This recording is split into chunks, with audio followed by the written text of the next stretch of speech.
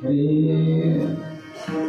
हरे परिशो माते माझी विनवणी मस्तक चरणी ठेवी तसे भागीरथी महादोषी निवारिणी सकळा स्वामिनी तीर्थाचिया गीता भक्ती मरण मुक्ती तुझे तिरे ऐक्य परित्र सुखरूप विष्णुदास तुका संतांचे पोचणे पुष्पतीने पाठविले भागीरथी महादोषी निवारिणी सकळा स्वामिनी तीर्थाचिया विभूमवेणुनादमचरन्तं दुरन्तं सूर्याभूपविशदधानं गवारुंदका नन्दमचारो हासं परब्रह्मलिङ्गं भजे पाण्डुरङ्गं पाण्डुरङ्गा करो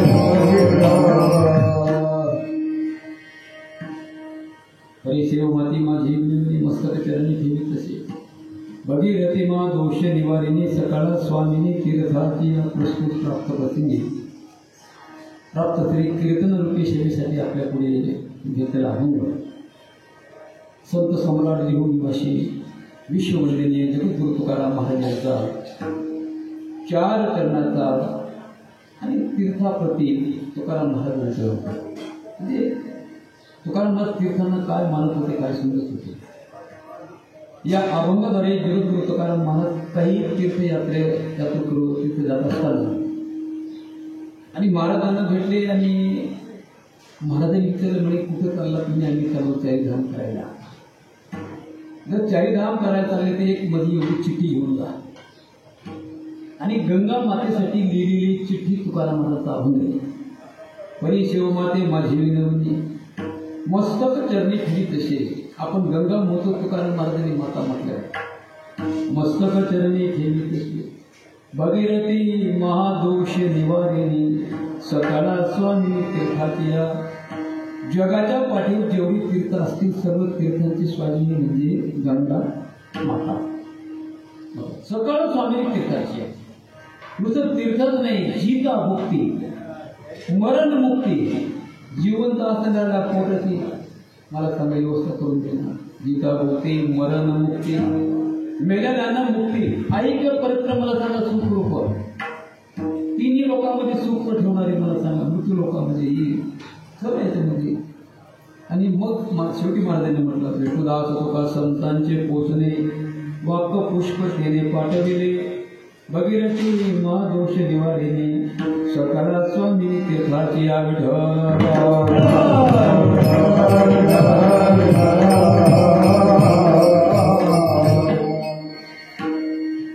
प्रस्तुत प्राप्त तळी कीर्तन रूपी सेवाच्या निमित्ताने जरी सर्वांना ज्ञात असलं तरी हे वक्त्याचं कर्तव्य आहे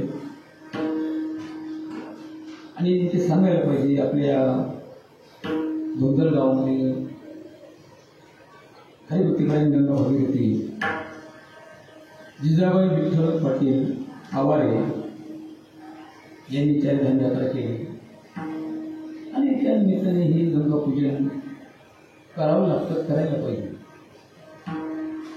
आणि म्हणून त्याचं नाव खरं मावंद म्हटलंय. मावंद म्हणजे काय? मावंदाचा अर्थ वेगळा होतो. मा निषेधात्मक आहे, मा म्हणजे नको आणि वध म्हणजे बोलणे. मग काय बोलू नको, केलेल्या पुण्याची वाच्यता न करणे याला म्हणतात मावा. म्हणजे गंगा पूजनाच्या निमित्ताने या ठिकाणी हा कार्यक्रम गावमध्ये गडबड झाली सर जिथे तिकडे.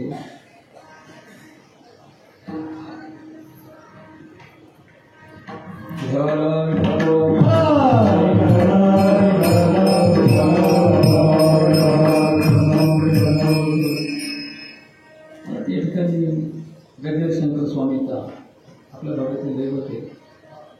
यूट्यूब चॅनलवर एक आले श्री अनिल पाटील धमाळे या ठिकाणी येऊन बसले. ते माझे कार्यक्रम यूट्यूबला टाकत नाही आणि अजूनही मी टाकलेले नाही. लोक सोडून जपून टाकतात, कारण यूट्यूबला कार्यक्रम टाकावे अशी एवढी माझी पात्रता नाही. यूट्यूबला कार्यक्रम कोणी टाकावे, जे इंटरनॅशनल असतात त्यांचे कार्यक्रम.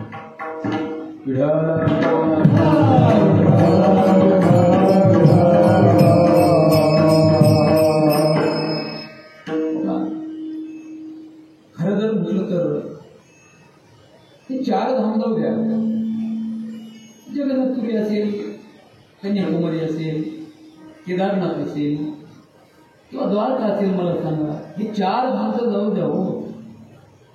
अजून अनेक तीर्थ असतील भारतामध्ये. हे 4 धाम नाही, इतर तीर्थ नाही. मी तर असं म्हणतो की जगाच्या पाठीवर भारत देश एक तीर्थ आहे. जगाच्या पाठीवर भारत देशच तीर्थ आहे. भारत देश बघा, म्हणून तुळशीदास स्वामींनी भारताचं वर्णन केले बघा. तुळशी रामायणमध्ये धन्य देश सहसुरसरी, धन्य नारी पतिव्रतानुसरी, धन्य नृपनीती राज्य करे, धन्य द्विज निज कर्म न करे. बघा, धन्य देश सहसुरसरी, देशाला धन्यता म्हटलं बघा. देशाला म्हणजे भारत धन्य देश सहसुरसरी. सूर आणि सरी, सूर म्हणजे देव आणि सरी म्हणजे नदी. ज्या देशामध्ये देव नदी वाहते, जगाच्या पाठीवर एकच देश आहे. आशिया खंड, युरोप खंड. आपण आशिया खंडामध्ये आहोत आणि या आशिया खंडामध्ये आपला देश भारत देश बघा. म्हणून तुळशीदास महाराज भारतासारखा देश नाही, धन्य भारत देश हमारा, भारत देश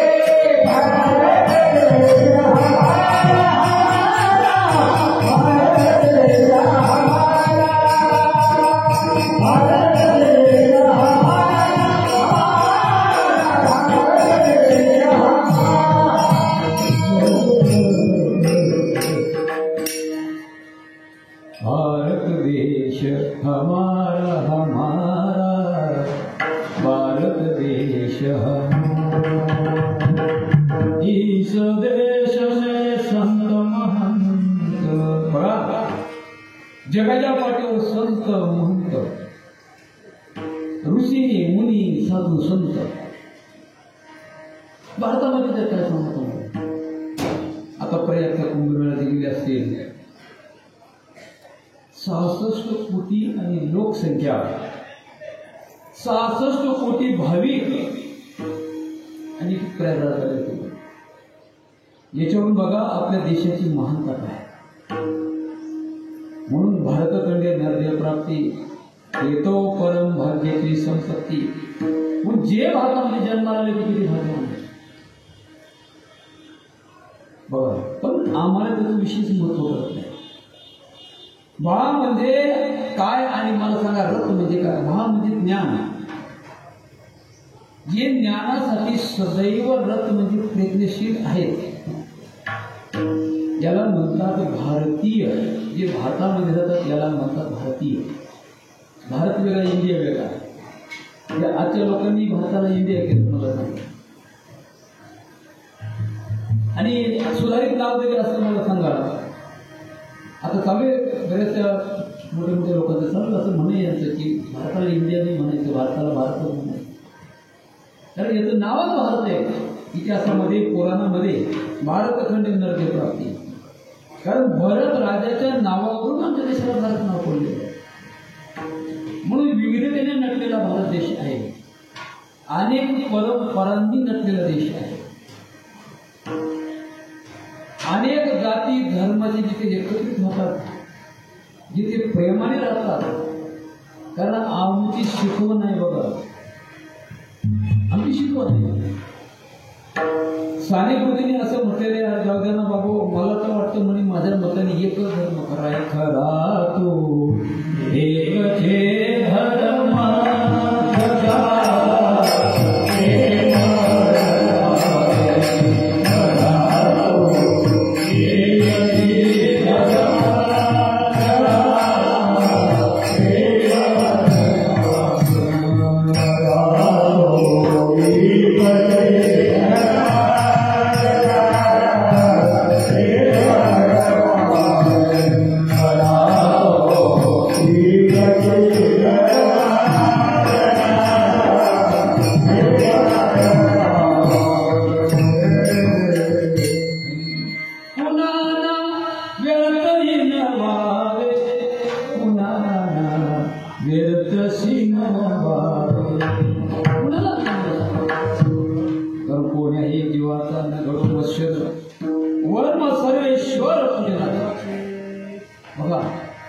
अनेक धर्माचे, अनेक जातीचे, अनेक संप्रदायाचे जिथे एकत्रित नांदतात बघा, त्याला म्हणतात भारत.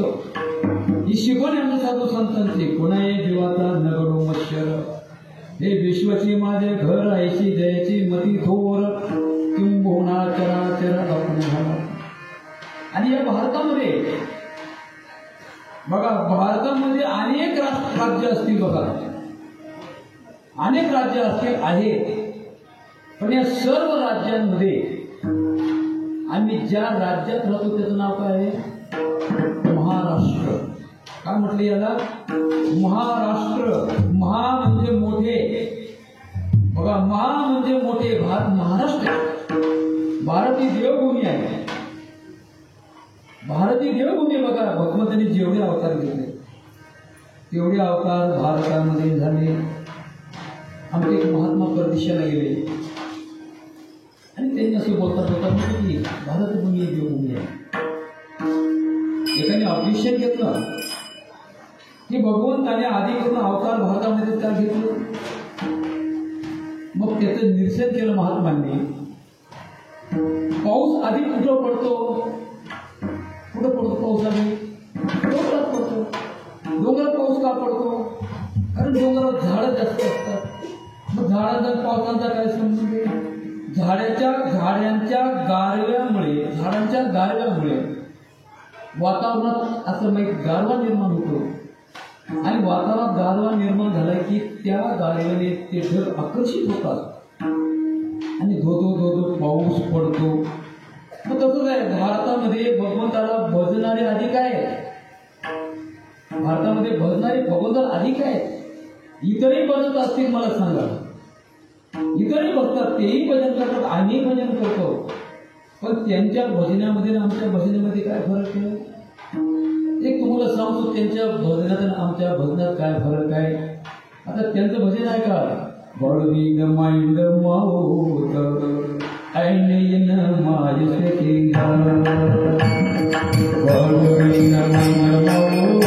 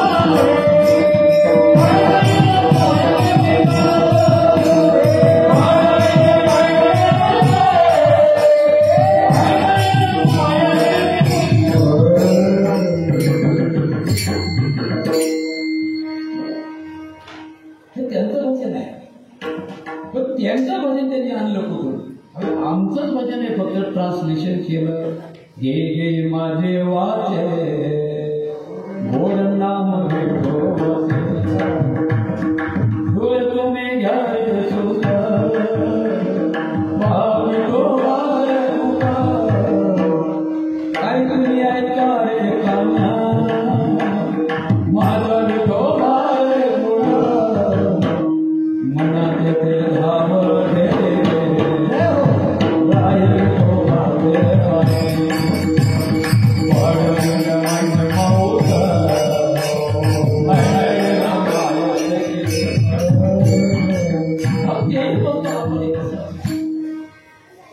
ते म्हणतात गॉड, आपण म्हणतो देव. बघा ते म्हणतात गॉड, त्यांनी तिघ एकत्र केले. गॉड म्हणजे काय? G for generator, O for operator, आणि डी फॉर डिस्ट्रॉय. हे बघा, आणि आम्ही एकत्र केले ब्रह्मा विष्णू आणि महेश सामूहिक बसले मला हे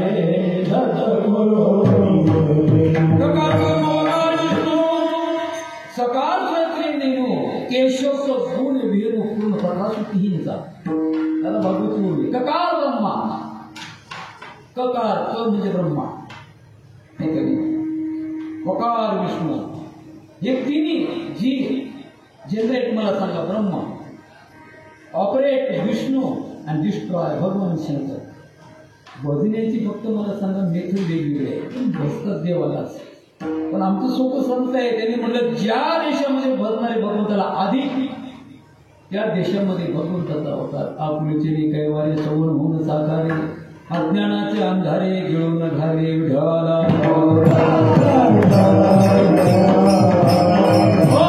अशा महाराष्ट्रामध्ये आपण जन्माला आलो. अशा महाराष्ट्रामध्ये आपण काय झालं? जन्माला आलो. जन्म महाराष्ट्रामध्ये अतिशय जे महाराष्ट्र जन्माले ते किती भागवण आहे.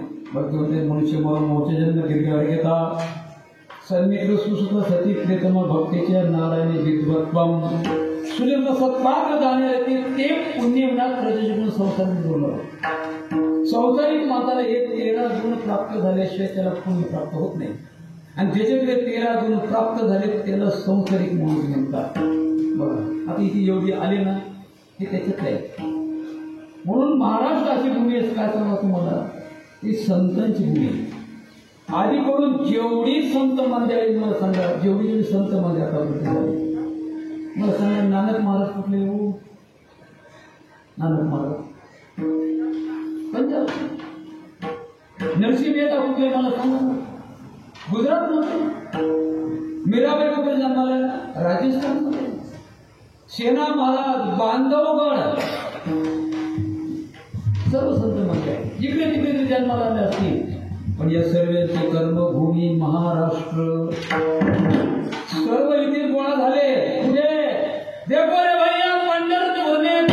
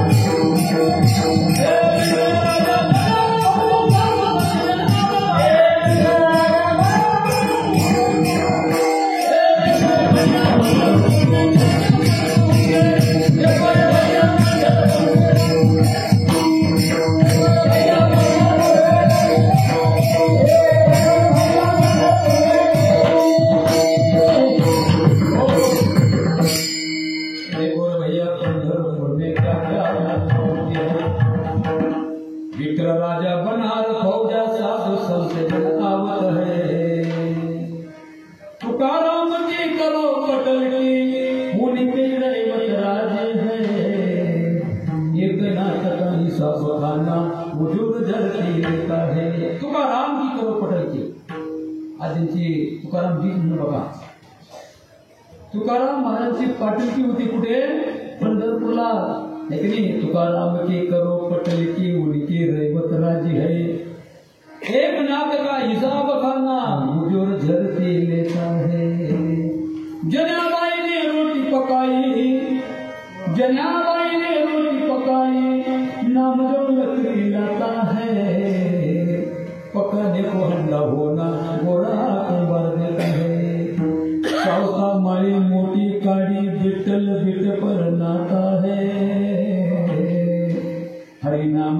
चढ़ती पंक्ति में चौका झाड़ू लगाता है। चंद्रभागी की ऐसी करामत, चंद्रभागी की ऐसी करामत, वो क्या सबको मालूम है। पापिया है उसने नाया, उसका पापो होते है। देखो रे भैया पंढरपुर में क्या क्या मजमा होती है। देखो रे भैया पंढरपुर में क्या क्या मजमा होती है। अशा देशामध्ये, अशा राज्यामध्ये आम्ही जन्माला आलो। साहजिकच आहे, साहजिक वाटतं माणसाला। आपला देश किती विविधतेने नटलेला आहे, मी कसं म्हणतो लोकांना, तुम्ही चारी धाम तीर्थ म्हणून नका करू, नाही तुम्हाला आवडत तीर्थ म्हणून नका करू, पण कमीत कमी आपल्या देशाचं वैभव काय आहे। काही लोकांना तीर्थ आवडत नाही, हे सांगू तुम्हाला तीर्थ कोणाला आवडत नाही, तीर्थ कोणाला आवडत नाही सांगू, तीर्थात जाणं कोणाला तुम्ही जाणं, तीर्थावर जाणं कोणाला आवडत नाही सांगू तुम्हाला मी। एटीएम कार्ड मशीन पर्यंत कोणाचं पोहोचत नाही।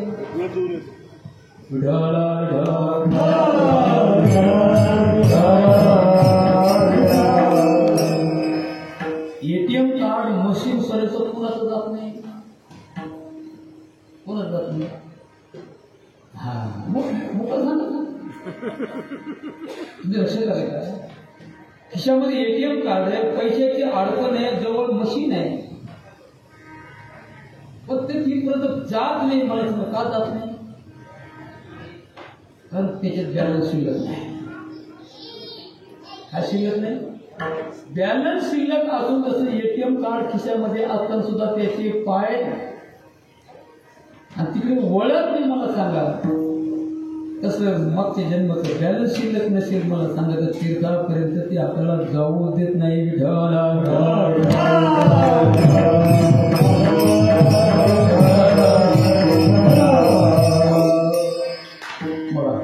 जाऊ देत नाही, काय सांगा तुम्हाला, बस ज्याला त्याला अडवू येत नाही, जे करतात ना त्याला अडवू येतो। काय ना तुम्हाला पण बघतो, काय पण बघतो, कशाला जातो, कशाला आपण न तरी तीर्थयात्रा दुसऱ्याशी जाऊन नेली, विषयाचा लंपट शिकवी तुझ्या तू बुद्धी प्रमाणित आपण न तरी तीर्थयात्रा स्वतःही करत नाही आणि दुसऱ्याला जाऊ देत नाही।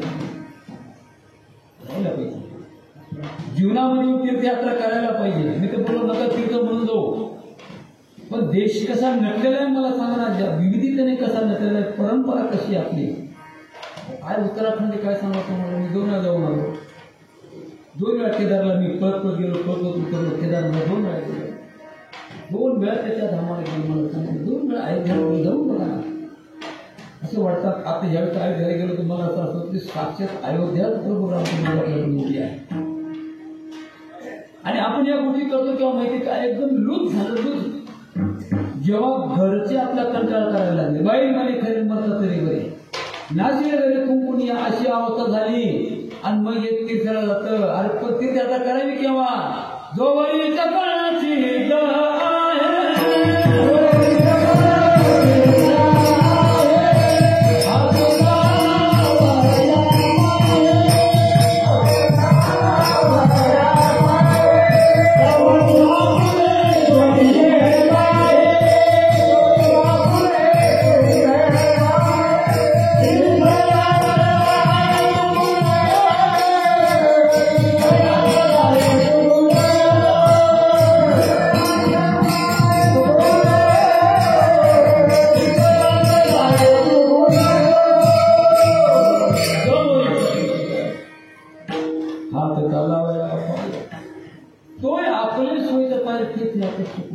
जोपर्यंत प्रसिद्ध हात करतात आपलं कसं आहे, जोपर्यंत हातपाय पडतात तोपर्यंत आपण संसार करतो, संसार करून हातपाय थकले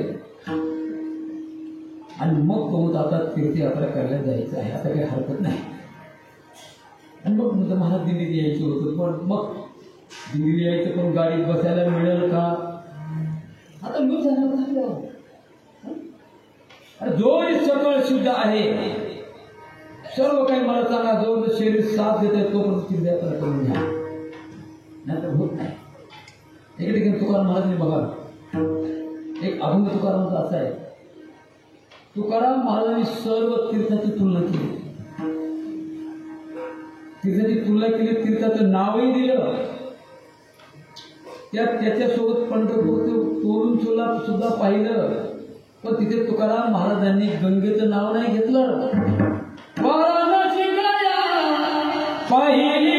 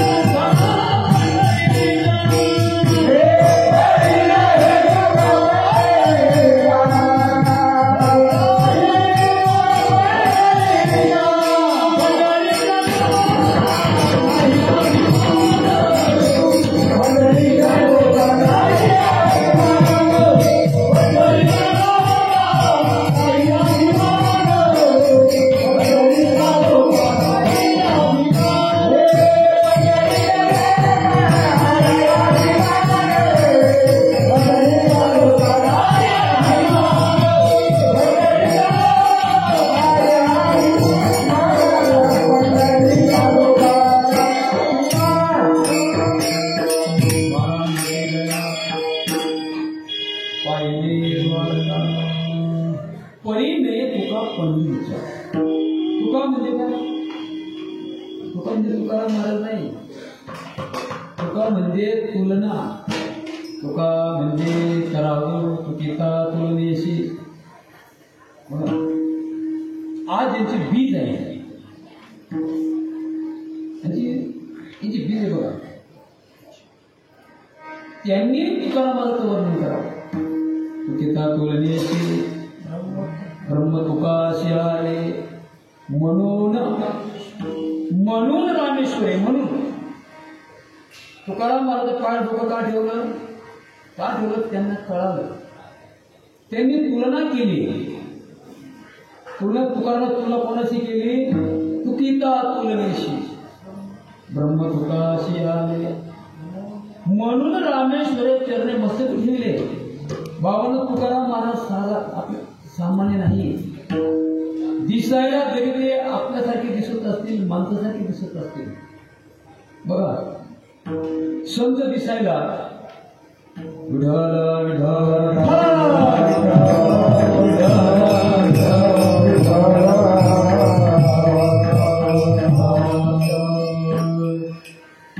संत दिसायला जरी आपल्यासारखे दिसत असतील, कारण आपलं थोडंसं दोन्ही कार्यक्रम महत्वाचा दिवस आहे, तुकाराम जयंती आहे, अलीकडे कार्यक्रम चालू आहे. जरी असला पण तरी सुद्धा जे तिकडे नाही गेले ते म्हणजे आम्हाला त्याचं काहीच कळालं नाही, जे इकडे नाही ते मध्ये आम्हाला याचं काहीच कळालं नाही. त्याला नाही ना ते काय करायचं, व्यक्ती तितक्या प्रकृती विठ्ठल हो तुझी तातुलनिशी. तुकाराम महाराज म्हटलं बाबांनो, तुका म्हणे आम्ही ब्रह्मविधीचे जनिते, स्वयंभू आहे ते केले नाही.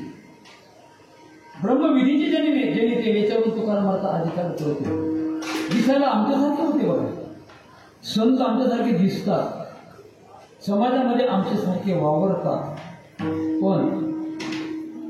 पण तो आमचा एक गैरसमज आहे.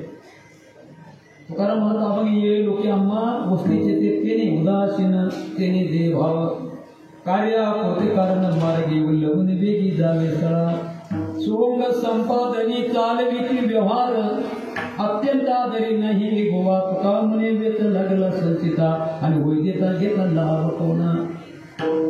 सोंग संपादनी चालविती व्यवहार बघा, संतांचा व्यवहार कसा असतो?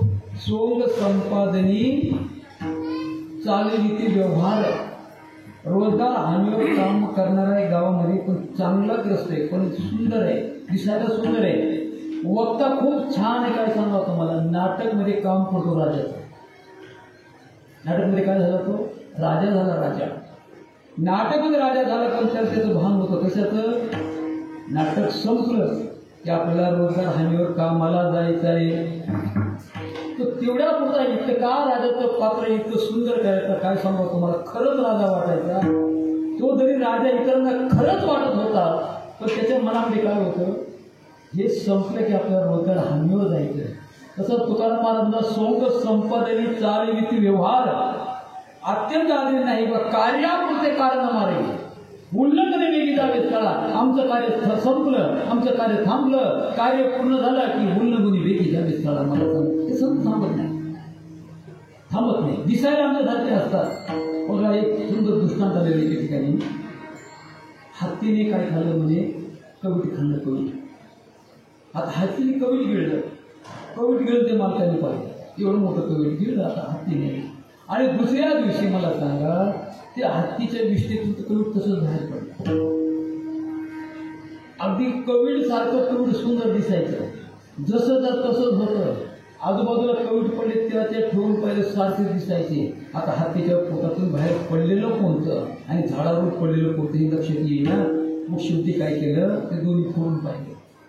जेव्हा फोडून पाहिले मग त्यांच्या लक्षात आलं, जेवे गजे कवीड गेले ते न बसता बाहेर गळाले. पाहता तो दिसे सगळे, पण मगज हरते बघा. दिसायला सगळं दिसत होतं, कवीड सारखं दिसत होतं, पण जेव्हा कापलं मगज हरते, मध्ये काहीही नव्हतं. तसा संतांचा देह आम्हाला सारखा दिसत असेल, पण तो कसा आहे माहितीये का, तुका म्हणे देह बैला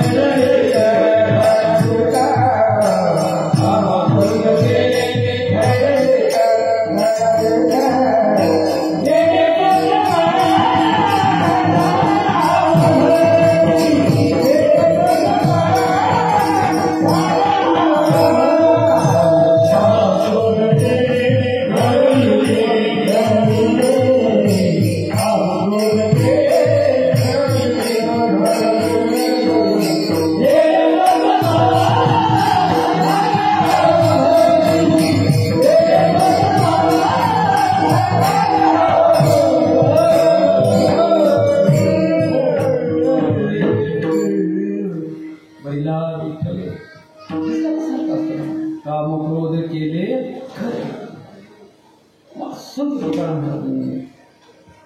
काही मंडळी अशी जात असताना त्याला दिंड्या जातात.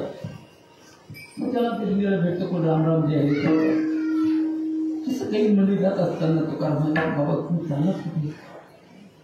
पण काही नाही, तीर्थाला चाललो. तीर्थाला कोणत्या तीर्थाला चालला? त्यांनी म्हटलं आम्ही चालू चारीधाम करायला. चारीधाम करावं तुम्ही चालत ना म्हणून माझं मी कागद घेतला, अनेक कागदावर आणि अभंग लिहिला. अभंग लिहिला आणि तो अभंग तुकाराम महाराजांनी कोणाला पाठवला? भगीरथीला पाठवला. अभंगाच्या पहिल्या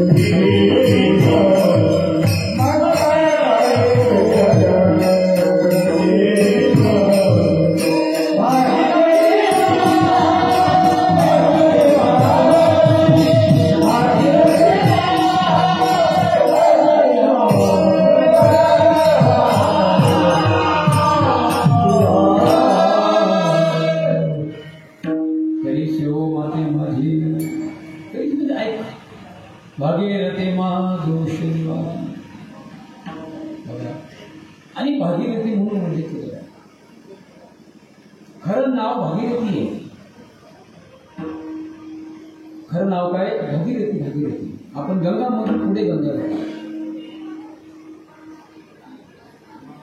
थोडासा भागवताचा विषय हा. सगळ्या राजाची 7,000 पोर.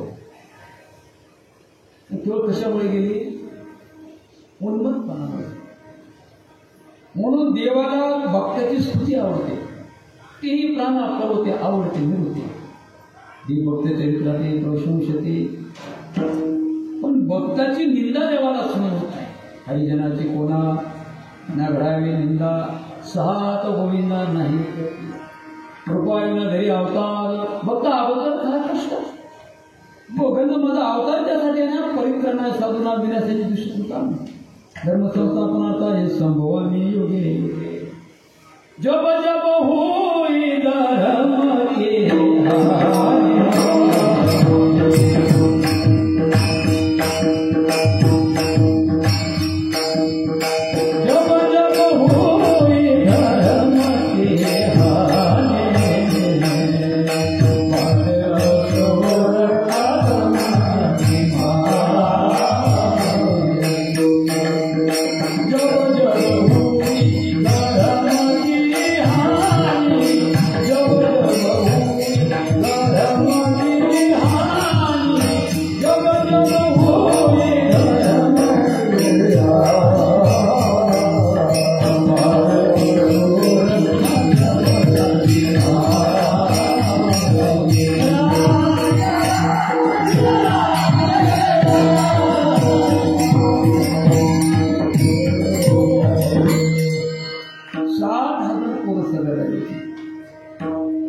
यज्ञ केला होता बघा.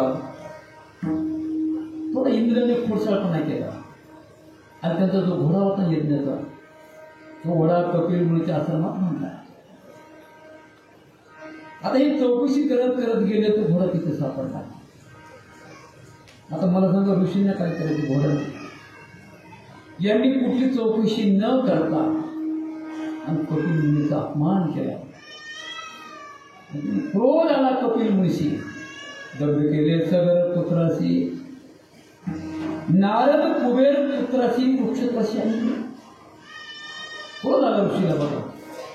आणि त्याच्यामुळे काय झालं की तुम्ही भस्म झालं म्हणजे डोळे उघडून पाहिलं भस्म झालं. माझा यांचा उद्धार कसा करावा? मला सगळ्याच्या पोटी पुढे अंशुमानने प्रयत्न केले, पण मला सांगा त्याच्यानंतर दिली कारण शरण गेली कपिल मुळे यांचा उद्धार कशाने होईन? आता म्हणजे तुम्हाला आणि गंगा आणावी लागेल. आता स्वर्गातून गंगा आणावी लागेल. अनेकांनी प्रयत्न केले. अंशुमाने दिलीप आणि मग दिलीपच्या पोटी भगीरथ राजा जन्माला आला. आणि त्या भगीरथ राजाने मला सांगा अविरात प्रयत्न केला. भगीरथ प्रयत्न आपण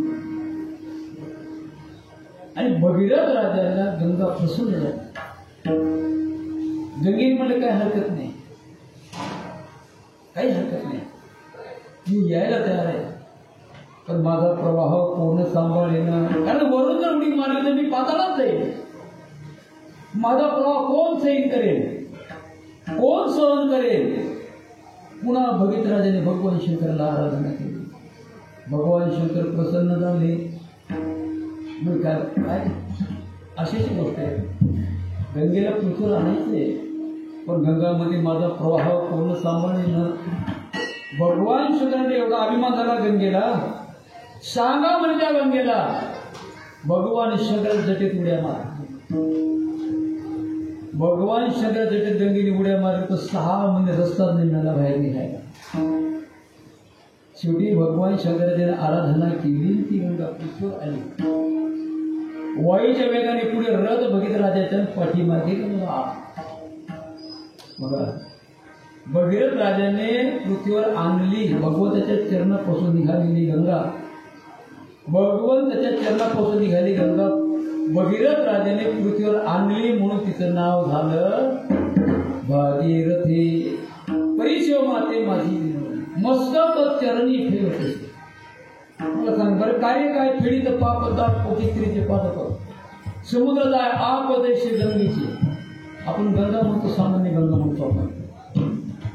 आमचे स्वामी विवेकानंद अमेरिकेत गेले आणि तिथे गेल्यानंतर त्यांनी आपल्या देशाचं वैभव साधत असताना कावेरी, यमुना, जमुना काय जाते सर्व नद्या सांगितल्या. सर्व नद्या त्यांना नद्या म्हटलं. त्यांनी सांगितलं आमच्या देशामध्ये अशा नद्या आहेत, तशा नद्या आहेत. पण नेमकं एक नाव राहिलं होतं. कोणतं नाव राहिलं होतं? गंगेचं नाव राहिलं. एकाने प्रश्न विचारला, स्वामीजी तुम्ही नद्या सांगितल्या मला भारतातल्या, पण भारतातील एक महत्वाची नदी राहून गेली. पण कोणती नदी राहून गेली? म्हणे गंगा. स्वामींनी म्हटलं गंगा नदी नाही, आम्ही गंगेला नदी नाही म्हणत. अरे गंगा हमारी माता है, गंगा हमारी मैया है, गंगा हमारी माँ है. जे कार्य आईच आहे मला सांगा, तेच कार्य गंगेचे फेडीत पाप ताप पोके गिरीचे पादप समुद्रात जाय अपगंगेचे. मला सांगा गंगेचे योजना नाम सदैरपी मुष्यन्ते सर्व पाप विष्णु लोक सदर्शन्ति वाद्य मनते गंगा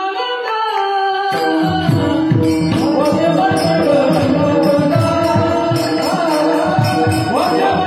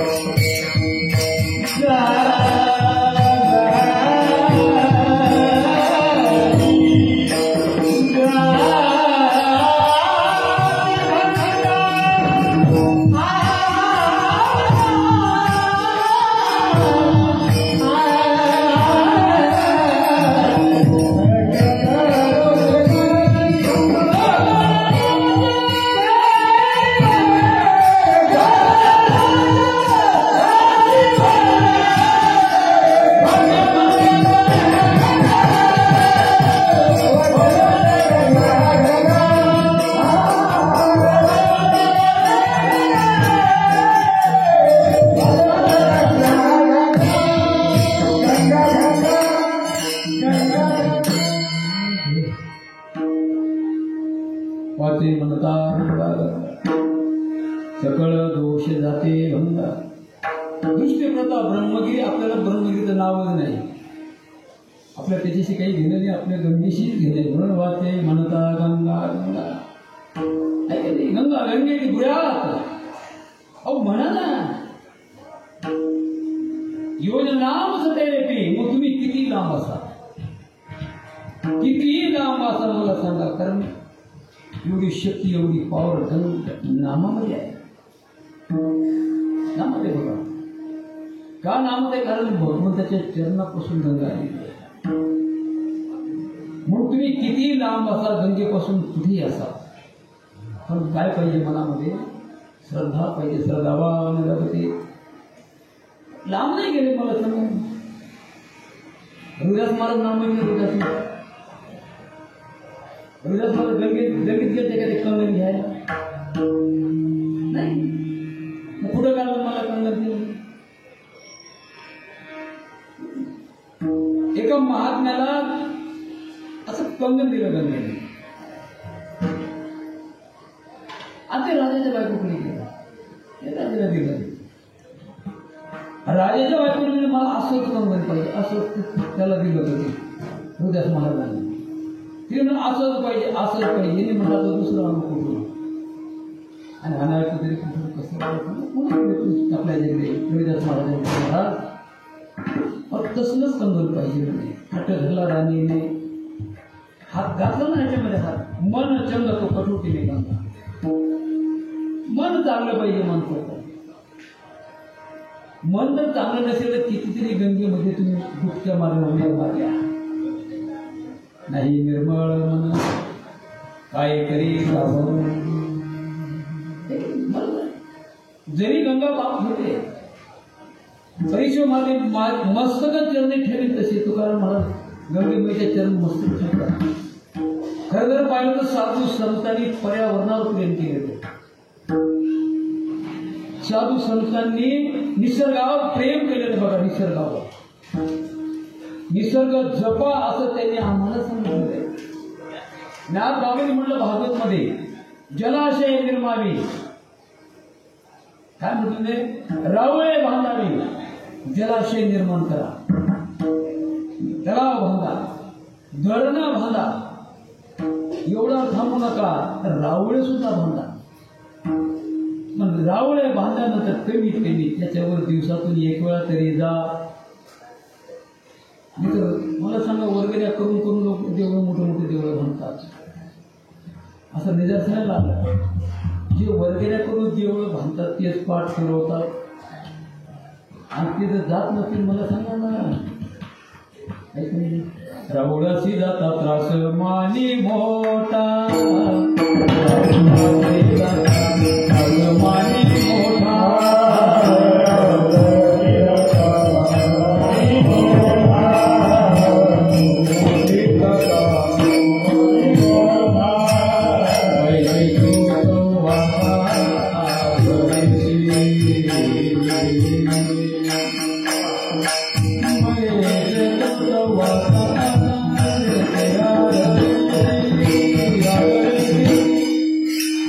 Bye.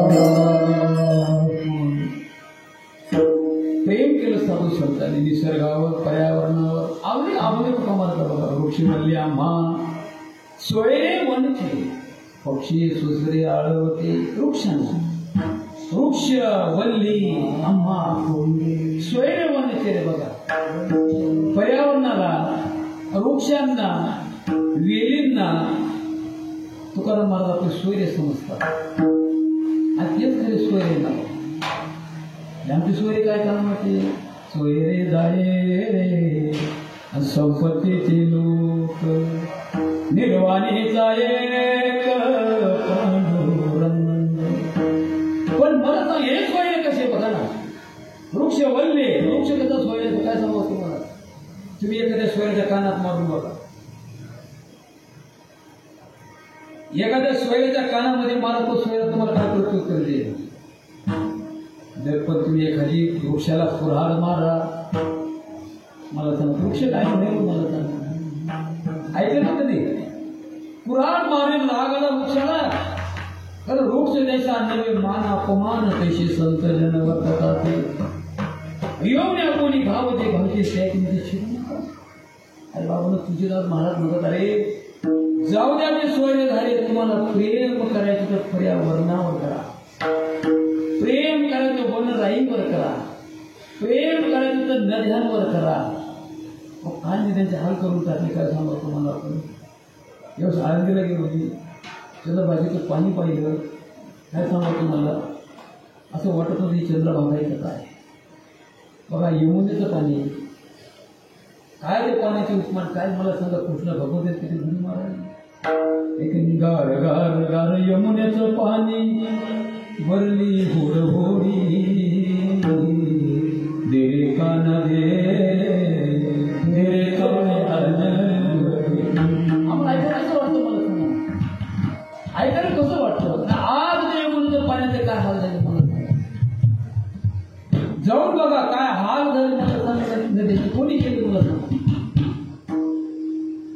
आज नद्याचे हाल कोणी केले मला सांगा ना आम्ही केले आमच्या प्रगतीने केलं मला सांगा आमच्या प्रगतीच्या आड जर नद्या येत नाही वृक्ष येत नाही कुणी येत नाही मला सांगा ना तर मला सांगा त्यांना खराब करण्याचा अधिकार आम्हाला कोणी दिलेला आहे म्हणून तुषार महाराज अरे बाबांनो अरे झाड असे वृक्ष असे की तुकाराम महाराजांनी फुकटनी सोयरा म्हटलेले का लावली जायने केली खांडा दोघा दे कसे सावली जायचा वृक्ष तुकाराम महाराज म्हणतात तुम्ही चंदनाच्या झाडावर कुऱ्हाड मारा मारा कुऱ्हाडीने झाड तोडा चंदनाचं ते झाड तुम्हाला ब्र शब्द बोलणार नाही उलट संता संत नितई अशी करणी जिने कुठार चंदनाचे रणी उलट चंदनाच्या झाडाला मारलेली कुऱ्हाड ज्या कुऱ्हाडीने चंदनाचं झाड तोडलं मला सांगत ती कुऱ्हाड आपल्या नाकाला जवळ न्या नाकाजवळ काय कटई परसु मधय सुनु भाई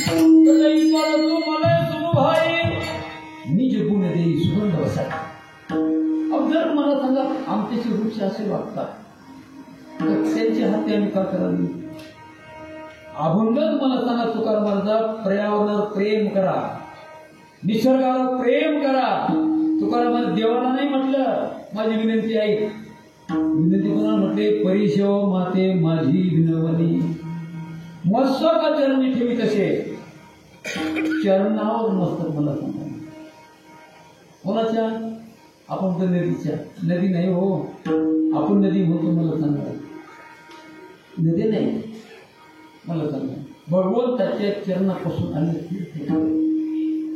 पण आपण त्याला खराब केले. मला सांगा, एक समज तुम्हाला 84 लक्ष योनीमध्ये, 84 लक्ष योनीमध्ये मला सांगा पैसे कमवत ज्ञान भगवंताने कोणाला दिलेले? माणसालाच दिलं. बाकीच्याला चिंता नाही. अहो बाकीच्याला पोटाची चिंता नाही. काय सांगू तुम्हाला, फकीराचे घरी कोण सांगू घरी, त्याची चिंता करी नारायण. अजगर प्राणी बिळा मादी राहे त्याकडे पाय पांडुरंग. त्यात कहा पक्षी नेगे भूमी जळ नित्य घन निळ वर्षे तया. त्यांना चिंता नाही. मला सांगा, आम्हाला चिंता, आम्हाला चिंता. मला सांगा, आम्हाला काय चिंता आहे? 84 लक्षणीमध्ये पैसे कमवायचं ज्ञान फक्त मानवाला दिलं. सर्व माणूस दुःखी आहे. काय सांगा तुम्हाला? याला कारण आमचं नुकसान दुसरं नाही करत. याला कारण आमचे अविवेक. म्हणून प्रेम करा, प्रेम करा, निसर्गावर प्रेम करा, प्रेम करा, वृक्ष वल्लीवर प्रेम करा, प्रेम करा, नद्यावर प्रेम करा. आणि या आम्हाला हे सुचत आहे की अभंगाद्वारे करी शिवमाते माझी विनवणी मस्तक चरणी ठेवी तसे की तुझ्या चरणावर मी मस्तक ठेवतोय. भगीरथाने आणले म्हणून पुढे काय झाले? भगीरथ झाले अभंगाच्या दुसऱ्या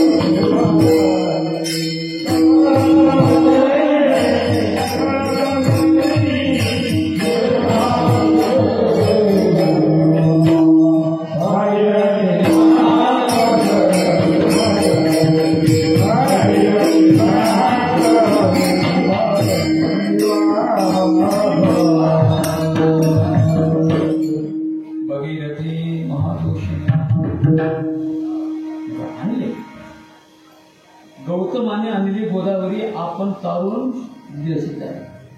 धन्य वंशी जन्माला भगीरथ गंगाने पूर्वज केले मुक्त. बघा दोष जीव म्हटला तुम्ही आपण म्हणले की दोष आहेतच. आपण प्रपंचिक माणसं आहोत. कितीही कटाक्षाने प्रपंच करा, कितीही मला सांगा सावधानतेने प्रपंच करा, पण प्रपंच करत असताना आमच्या हातून 5 प्रकारचे दोष घडतात. चंद्रकांत नावाच्या ग्रंथामध्ये थोडंसं शॉर्टकटमध्ये मुद्दा आहे आणि त्याला म्हटलेले पंचशून्य जनित दोष. काय म्हटले? पंचशून्य जनित दोष. मला सांगा, पण हे दोष मला सांगा घालवायचे असतील ते अगदी सोपाही लागते. एक घरामध्ये ग्रंथाचं पारायण करा, इथं घरामध्ये रामनामाचा जप करा आणि नाही काही जमलं तर आंघोळ करताना वाचे म्हणता गंगा गंगा सकळ दोष जातील भंगा. मग किती लांब गंगा असू द्या, याला आपण काय म्हणतो? एक पंचशून्य जनित दोष हे दररोज होणारे आपण करू. पण काही काही दोष महादोष आहे. भगीरथी महादोष निवारणी. महादोष कोणता? मग मला सांगा, महादोष कोणता? सर्वात मोठा दोष एकच आहे की सज्जनांना विनाकारण त्रास देणं. सर्वात मोठा दोष. नाही साधू संतांना आपल्या हातून काही सेवा घडत नका करू. नाही घडत नका करू. साधू संत महात्मे सेवा नाही घडत नका करू. तुकाराम महाराज नाही आवडत नका आवडू द्या.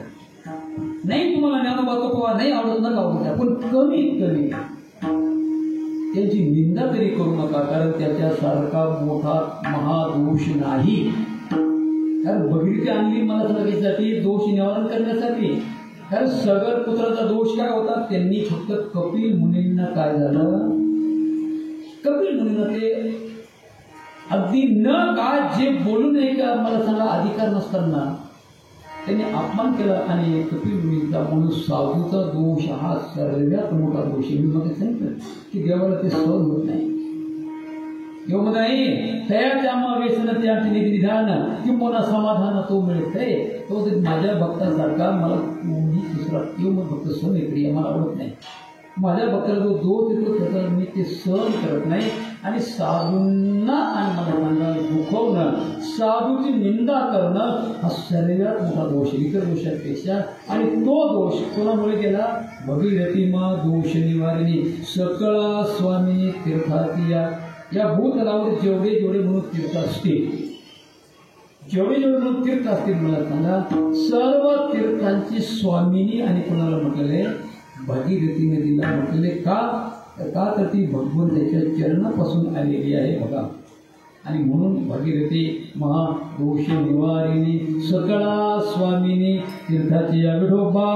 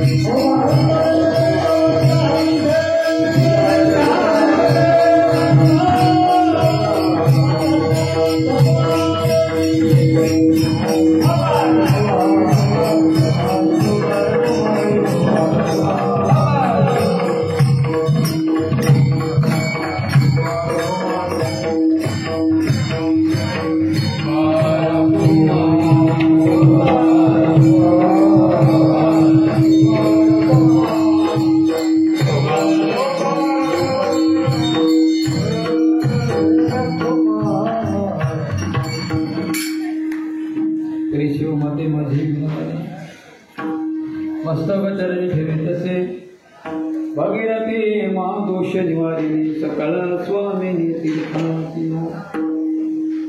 जेवढे मूर्ती तीर्थ असतील म्हणजे भूतलावर या सर्व तीर्थांची स्वामिनी. आणि भगीरथीला तुकाराम महाराज म्हणतात, अहो नुसतं तीर्थच नाही, नुसतं तीर्थाची स्वामिनीच नाही, मला सांगा जिवंतपणे ज्या असतील त्यांच्या पोटाची चिंता आणि किनाऱ्यावर ज्या असतील मला सांगा त्या सर्वांची भरभराट अभंगाच्या तिसऱ्या चरणामध्ये. जिताभोवती मरण मोती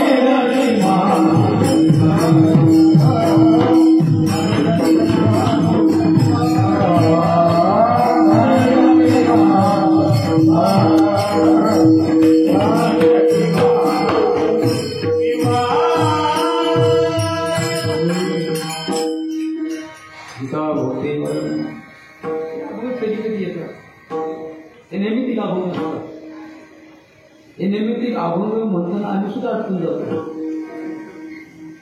कधीतरी एखाद्या दिवस कुठेतरी प्रसंग येतो. किती वेळा नेमका अभंग ते माते म्हणतात गंगा गंगा सकळ महान गंगा पूजन असं की जनरल हा अभंग असतो. कोणता वाटे गंगा गंगा वगैरे मा जिता भोक्ती मरण मुक्ती अहेके परत्रे सोकर. जिता भोक्ती, जिता भोक्ती म्हणजे जिवंत आहेत त्यांच्या पोटा पाण्याचा प्रश्न आहे. बघा जाऊन बघा तुम्ही गंगेच्या तीरावर आजूबाजूला केवढं मोठं डॅम आहे. काय सांगा तुम्हाला टिहरी नाव, त्याचं टिहरी डॅम आहे. टिहरी नाव इतकं पाणी गंगेचं काय सांगा तुम्हाला. टिहरी डॅम म्हणून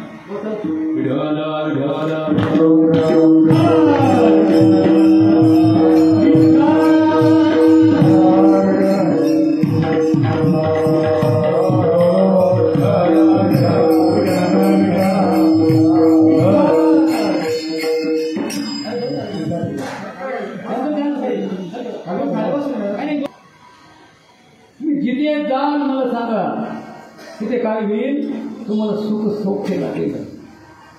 म्हणून तर मला सांगा ना, वैदिक राजाने आपल्या पूर्वजांच्या अस्थि गंगामध्ये का विसर्जन केले त्याला कारणच आहे ना. त्याला कारणच आहे. त्यासाठी एका भक्ती मरण मुक्ती ऐकी पडते सुखरूप. आणि मग शेवटी म्हटलं की हे माते हे संतांमुळे मी मोठा झालोय. बघा या संतांमुळे मोठा झालेला आहे. इथे केलेल्या उपकाराचा जो भान ठेवतो त्याला काय म्हणतात, कृतज्ञता. आणि केलेले उपकार जो विसरतो त्याला म्हणतात कृतज्ञ. काय म्हणतो त्याला, तरी काय मी भस्मासुर अर्जुन म्हणे, तरी काय मी भस्मासुर अर्जुन म्हणे की देवा मी काय भस्मासुर आहे.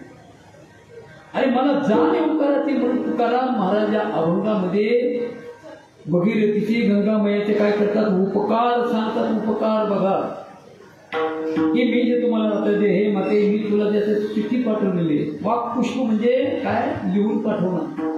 वाक्पुष्प शब्द मला जरा शब्द शून्य जरा आपण म्हणतो हे की नाही, की हे मी तुझ्याकडे पाठवले याचा स्वीकार कर. अभंगाच्या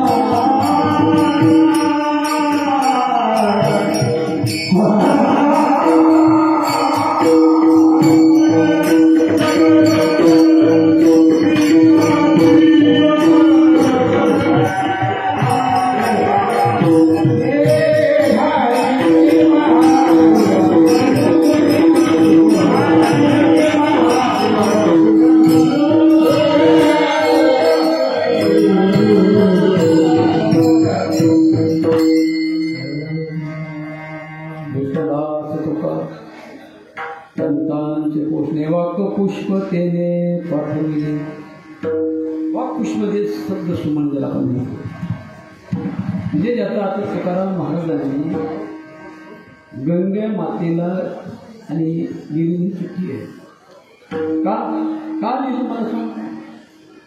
एक उपकाराची जाण म्हणून आपण आठवण कोणाची ठेवतो. उपकार करण्याची का नाही आम्ही ठेवतो. आम्हाला उपकार करणाऱ्याची आठवण राहत नाही. बघा, स्मरत अशी नाही उपकार स्मरण दिल्या आठवण वाचनिया म्हणून महाराज जाण करून देतात की बाबांनो, उपकार आहे आमच्यावर, निसर्गाचे उपकार आहे आमच्यावर, झाडे वेलीचे उपकार आहे आमच्या नद्यांचे. पण आपण जे गंगा पूजन घरी येऊन करतो याला कारण काय? याला कारण तेच आहे. याला कारण तेच आहे. आपण घरी आल्यानंतर सुद्धा की हे गंगा माते, हे भगीरथी, आणि आमचं काय झालं म्हणे, आम्ही तुझ्याकडे आलो पण आम्ही झालो मुक्त, आणि तू आमच्यावर जी कृपा केलेली आहे त्या कृपेचा प्रित्यर्थ एक कृतज्ञपणा ज्याला आपण म्हणतो त्यासाठी आपल्याला गंगा पूजन करायचं असतं. म्हणून करावं लागतं, करायला पाहिजे. असं मोठं घरात करा तरी चालेल, नका एवढं मोठं यायचं. तुम्ही घरात जरी केलं तरी चालेल. जर आपण गंगेप्रती, नद्याप्रती, झोपणीप्रती एक सन्मानपूर्वक आपण ज्याला आपण म्हणतो, आणि म्हणून महाराजांनी कृतज्ञ ज्याला आपण म्हणतो त्या अधिकारीच्या वनेतून परिशिवमाते माझी विनवणी माता म्हटलं गंगेला. मस्तक चरणी फिरे कसे भगीरथी महादोष निवारण. तर महादोषाचं निवारण करण्यात तू आहेस. मस्तक चरणी फिरे कसे, चरणामध्ये मस्तक जी दाभुक्ती जिवंत असलेल्यांना पोटापर्यंत प्रश्न मिटवते. तिरीचं पाहतात फुके तिरीचे पाहत समुद्राला आपदेशी गंगेचे. जेवढे जेवढे गंगेच्या काठावर राहतात ना बघा, त्यांना शेतीवाडी नाही आहे. गंगेच्या काठावरती जाता तुम्ही या, अगदी गौरी कुंडापासून या तुम्ही. जेवढे जेवढे गाव गंगेच्या तीरावर आहेत ना तुम्ही जाऊन बघा. 50 एकरवाले सुद्धा याचे ते अशा घरात राहतील, तशा घरात ते राहतात. मला याला कारण कोणाचे उपकार गंगे माते. बघा, एक उपकार गंगे मातेचे होतात.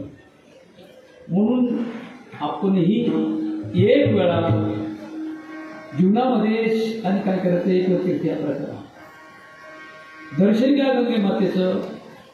अहो ते गंगा आरती जेव्हा होते ना हरिद्वारला, काय सांगा तुम्हाला, असं अंत करून घेऊन येतं दादा. अशी काय सांगावं तुम्हाला, ते आरती पाहिल्यानंतर ना मी ते हरिद्वारात 2 वेळा गेलो. बाकीचं जाऊ द्या म्हटलं का मला पण गंगेची आरती पाहू द्या. म्हणजे काय श्रद्धा आहे लोकांची गंगाप्रती.